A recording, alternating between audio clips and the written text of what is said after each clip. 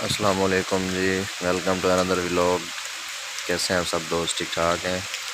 सबसे पहले तो जी सब दोस्तों को गुड मॉर्निंग। टाइम हो रहा है इस वक्त जी 8:24। और व्यूअर्स यहाँ पे हमारे पास हो रही है जी बारिश। ये देखें जी, तकरीबन रात के 12 बजे से बारिश शुरू हुई है। 7-8 घंटे हो गए हैं बारिश को और अभी तक बारिश रुकने का नाम नहीं ले रही है। और फुल बारिश हो रही है मूसलाधार, साथ हवा भी है।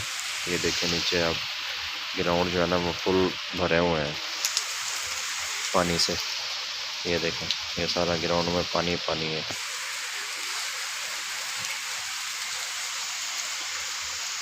क्योंकि महकमा मौसमियात ने 20 डेट तक बारिश बताई हुई है और अभी तक फुल बारिश हो रही है।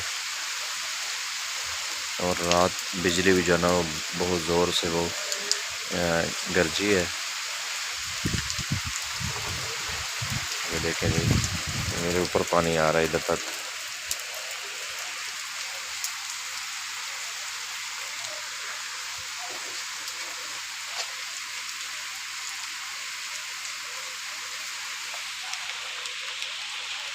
अभी बारिश हो रही है, नहीं वरना नीचे में जाके आपको सारा माहौल नीचे का दिखाता। लेकिन बारिश ये देखें, आप सामने देखें, ये बड़े ज़ोर से बारिश हो रही है।